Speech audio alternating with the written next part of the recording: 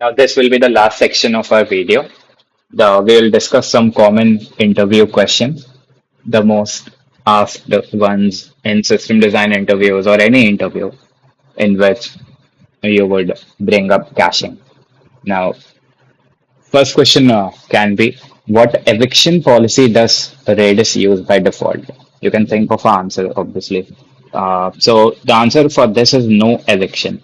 That means it returns an error when the cache is full, and then you must configure LRU or LFU explicitly. More importantly, that you should never leave eviction policy as no eviction in production. You should set it to all keys LRU this time. All keys LRU for a general cache. The second question, the second question that can come up is it can ask a difference between write through and the write behind.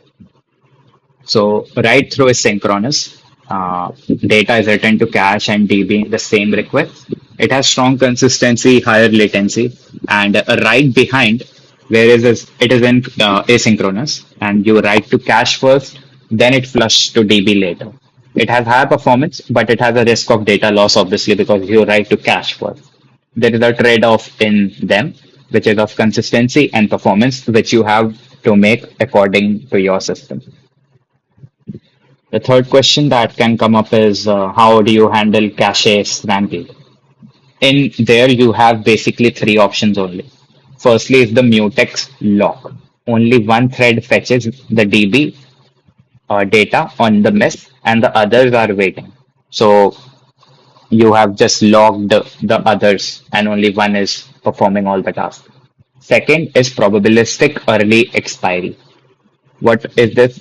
Is basically it is you start refreshing before the TTL time to live hits zero. And the third one is a background refresh. In this, you proactively refresh hotkeys before they expire.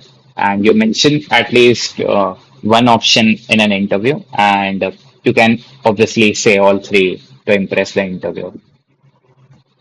Now, let's move on to the fourth question. It can be of consistent hashing and regular hashing. These are very important. Regular hashing, as you would know till now, it is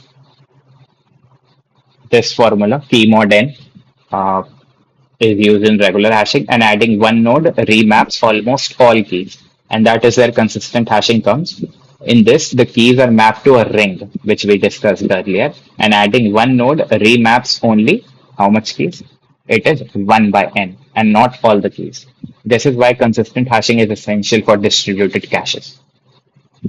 Now, the last question. Uh, this is a very good question. When would you not cache something?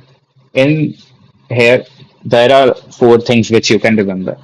Basically, the data that changes too frequently. You do not need to cache that, obviously. Cache would always be stale uh, because the cache would not be updated because the data is changing frequently. Second is the security sensitive data like passwords, private keys. You never ever cache them. Third is the very small data sets that are already fast. So there is no need to get a overload of caching, introducing Redis over there.